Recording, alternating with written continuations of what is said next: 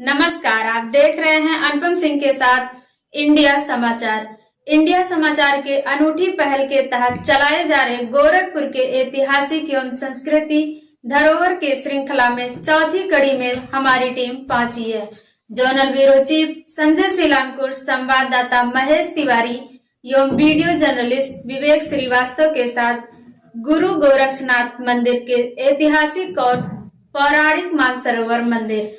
यह मंदिर महत्वपूर्ण इसलिए है कि विजयदशमी के दिन गोरक्ष पीठाधीश्वर के भव्य शोभा यात्रा के साथ मानसरोवर मंदिर पहुंचकर भगवान शंकर के शिवलिंग पर जलाभिषेक करते हैं एवं देवी देवताओं की पूजा अर्चना करने के बाद मंदिर के समीप स्थित रामलीला मैदान में हो रहे रामलीला के मंच में तिलक लगा के राज्याभिषेक करते हैं। चलिए अपने संवाददाता के माध्यम से इसकी भव्यता एवं विशेषता दिखाते हैं। आप देख रहे हैं इंडिया समाचार।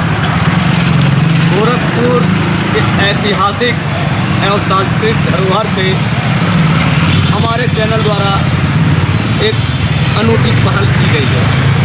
आइए इस कड़ी में हम पहुंचे हैं गुरु गोरक्षनाथ मंदिर के समीप स्थित मानसरोवर मंदिर पे। आइए इस मंदिर की भव्यता आपको दिखाते हैं। इस मंदिर के इतिहास के बारे में हम जानेंगे, इस मंदिर के कायाकल्प के बारे में जानेंगे। हम बात करेंगे यहाँ के महंत से, जो पहले मंदिर का स्वरूप था और आज जो स्वरूप है ये कहाँ से परिवर्तित हुआ, कैसे हुआ। आइए चलते हैं, लेके चलते हैं आपको मानसरोवर मंदिर।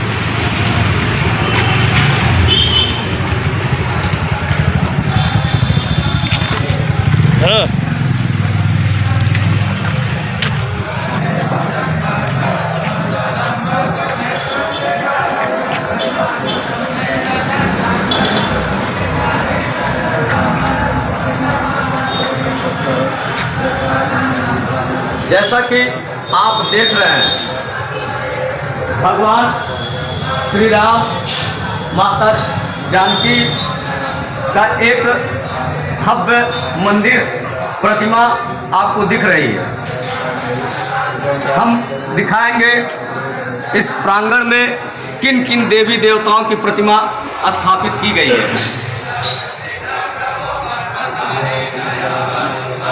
आपको भगवान माता राधा कृष्ण की भी मंदिर दिखेगी।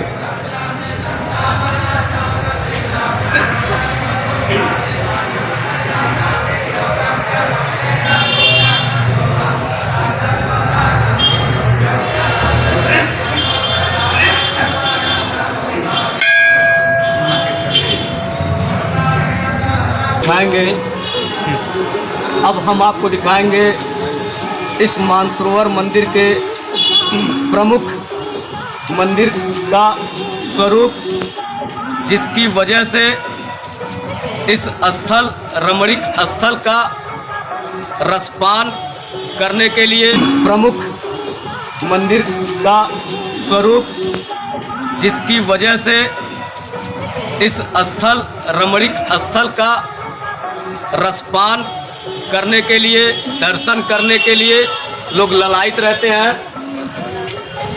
यह वह मंदिर है जिसकी वजह से इस स्थान को एक भव्यता और प्रसिद्धि मिली है। ये भगवान शिव का शिवलिंग है।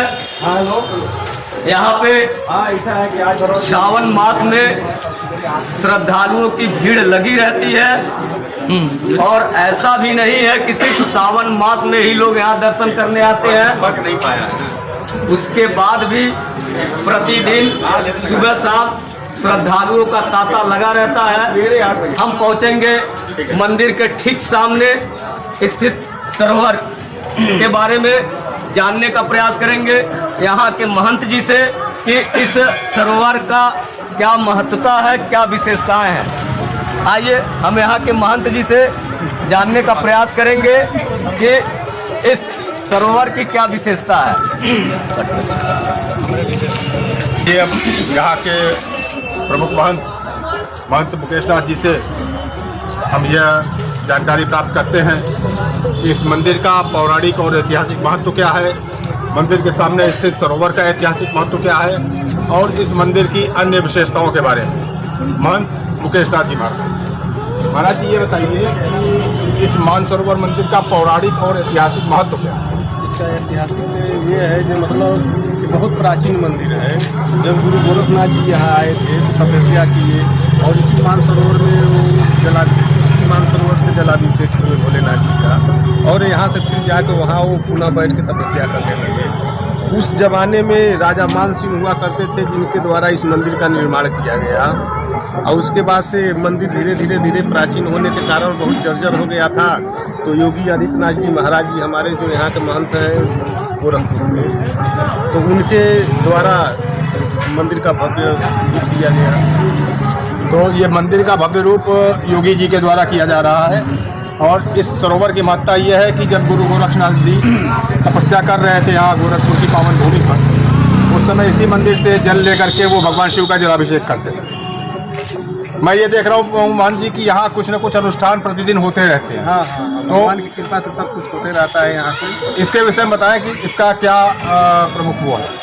बहुत प्रमुख है ये, जैसे लोगों के दिल में ये श्रद्धा है यहाँ पर जो मंदिर की महत्ता के विषय में कुछ प्रकाश डालिए। मंदिर की महत्ता जहाँ तक हम लोग जानते हैं और अपने बड़े बुजुर्गों से जहाँ तक हम लोगों ने जो जाना है सुना है कि थारू राजा मान सिंह हुआ करते थे, उनके द्वारा इस मंदिर का जो है देवाधिदेव महादेव जी के मंदिर का वो हुआ स्थापना, और वही मानसरोवर जी के नाम पर मानसरोवर पोखरा भी बना। बगल में एक गणेश मान पोखरा था, इसके जस्ट बगल में पुल से इधर बीच में आज भी अभी आपको मिलेगा गणेश मान पोखरा है। केवलदा एक रानी केवला उनकी केवला रानी थी, उनके नाम से केवलदा पोखरा है, इसी से सब जुड़ा हुआ है। तो देवाधिदेव महादेव का जो पुराना मंदिर है, इस पर एक ये है बहुत प्राचीन है। आज भी आप यहाँ देखेंगे, आज भी बुद्ध के समकालीन यहाँ के ईंटें मिलेंगे। आज भी जो यहाँ की ईंटें मिलेंगे बुद्ध के समकालीन पतले वाले ईंटें मिलेंगे। अभी न्यू खुदाई होगा तो अभी आपको बाहर मिल जाएगा तमाम। इसी से आप अंदाज़ा लगाएंगे कि कितना पुराना प्राचीन मंदिर है। और ये इतिहास में आया कि गुरु गोरक्षनाथ मंदिर के जो भी पीठाधीश्वर होते हैं वह यहाँ साल में एक बार जब वो होता है दशहरे में, जो भी पीठाधीश्वर महंत ब्रह्मलिंग दिग्विजय जी महाराज के समय से ही लोग आते हैं और यहाँ अपना दल बल के साथ जो भी यहाँ भगवान का पूजा अर्चना होता है, फिर यहाँ से जाकर रामलीला मैदान में भगवान को तिलक लगाते हैं। ठीक है, यही वो है। और आज उसी को उसको महत्ता को देखते हुए हम लोगों के परम पूज्य आदित्यनाथ जी महाराज जो आज आपके उत्तर प्रदेश के सबसे मुख्यमंत्री के रूप में पदासीन हैं, उनके द्वारा वो आया मांग थी लोगों की, जो यहाँ की स्थिति थी। आप यहीं पे हैं तो आपको छिपा नहीं होगा कि जितना जीर्ण शीर्ण स्थिति में था, यहाँ पे मैंने तमाम गंदगी का अंबार लगा हुआ था, इसको उन्होंने बनवाया और बना करके आज पर्यटन विभाग से पैसा ला करके उन्होंने बढ़िया वो कराया। आज इसी मानसरोवर मंदिर में एक भव्य यज्ञशाला का भी निर्माण किया गया है। इस यज्ञशाला के महत्व को भी जानेंगे और किस मद से ये कार्य हो रहा है इसके बारे में भी जानेंगे। हमारे साथ जुड़े हैं पूर्व पार्षद और मंदिर समिति के सदस्य भी हैं पवन त्रिपाठी जी से जानना चाहेंगे कि इस मंदिर का क्या महत्व है, धन कहाँ से आया, इसके विषय में भी हम जानना चाहेंगे पवन त्रिपाठी जी। देखिए, मानसरोवर मंदिर बहुत ही प्राचीन और पौराणिक मंदिर है जो बहुत जीर्ण शीर्ण अवस्था में हो गया था। इससे कहा जाता है कि राजा मान सिंह ने जब भगवान शिव यहाँ शिवलिंग की उत्पत्ति हुई थी तो उनको एक स्वप्न आया था। उस स्वप्न में आया कि फला जगह पे हम प्रकट हुए हैं। उसी उपलक्ष्य में राजा मान सिंह ने मानसरोवर मंदिर का निर्माण कराया था, जो बहुत ही प्राचीन है। और सामने मानसरोवर पोखरा है जो आप देख रहे हैं। और इस मंदिर का जीर्ण शीर्ण हालत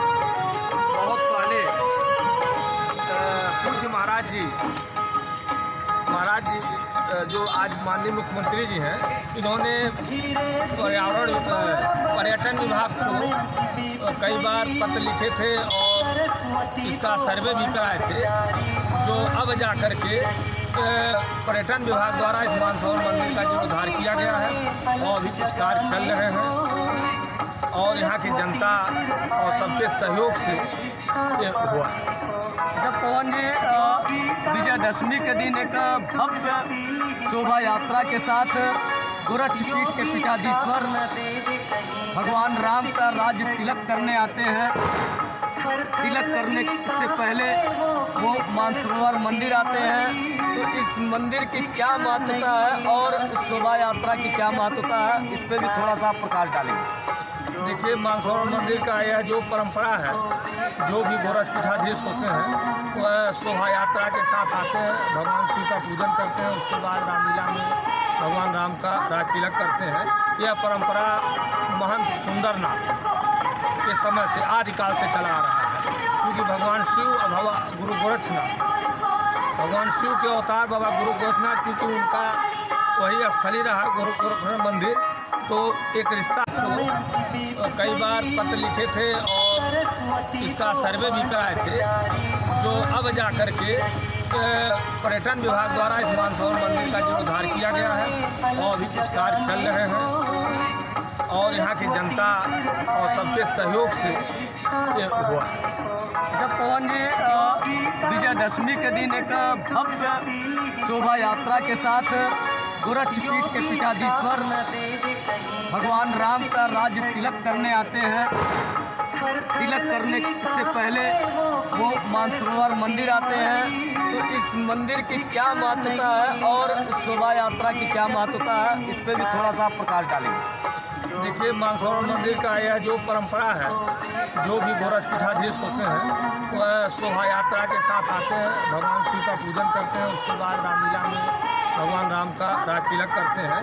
यह परंपरा महंत सुंदरनाथ के समय से आदिकाल से चला आ रहा है, क्योंकि भगवान शिव और गुरु गोरक्षनाथ, भगवान शिव के अवतार बाबा गुरु गोरक्षनाथ, क्योंकि उनका वही स्थली रहा गोरखनाथ मंदिर, तो एक रिश्ता रहा है और वहाँ जो भी जब से भी कोई भी गोरक्षपीठाधीश्वर हुए तब से चले आ रहे हैं। यह आज का परंपरा नहीं है, आदिकाल का परंपरा है कि गोरखनाथ से दशहरा विजयादशमी के दिन एक शोभा यात्रा उठता है, जो बाकायदे हर्षोल्लास के साथ आता है और गोरक्षपीठाधीश द्वारा भगवान शिव का पूजन आरती किया जाता है, अभिषेक किया जाता है।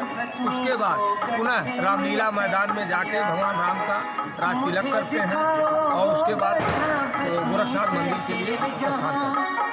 अभी हम आपको ले चलेंगे उस ऐतिहासिक रामलीला स्थल पे, जहाँ पे गोरक्षपीठ के पीठाधीश्वर भगवान राम को राज्याभिषेक करने के लिए एक भव्य शोभा यात्रा के साथ आते हैं। उस रामलीला मैदान के भी बारे में जानेंगे। आइए आपको ले चलते हैं उस रामलीला मैदान में। हम पहुँचे हैं ऐतिहासिक रामलीला मैदान में। ऐतिहासिक इसलिए है कि गोरक्षपीठ का जो भी पीठाधीश होता है वो विजयदशमी के दिन एक भव्य शोभा यात्रा के साथ भगवान राम का राज्याभिषेक करने के लिए गुरु गोरक्षनाथ मंदिर से शोभा यात्रा के साथ मंदिर में पहुंचता है। क्योंकि एक भव्य शोभा यात्रा के साथ भगवान राम का राज्याभिषेक करने के लिए गुरु गोरक्षनाथ मंदिर से शोभा यात्रा के साथ मंदिर में पहुंचता है। क्योंकि आपको अभी इसका रास्ता और स्वरूप नहीं दिखेगा, क्योंकि पर्यटन विभाग द्वारा इस रामलीला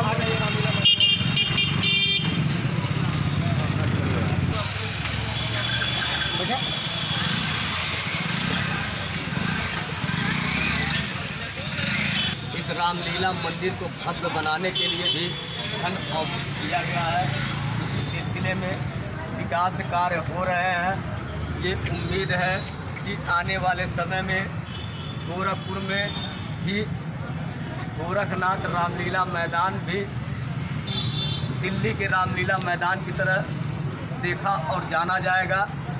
हम यहाँ जानना चाहेंगे पूर्व पार्षद पवन त्रिपाठी जी से, जो कि इनका क्षेत्र रहा है और काफ़ी प्रयास किए हैं ये यहाँ के विकास के लिए। पवन जी, कितनी लागत से ये रामलीला मैदान का काम हो रहा होगा लगभग?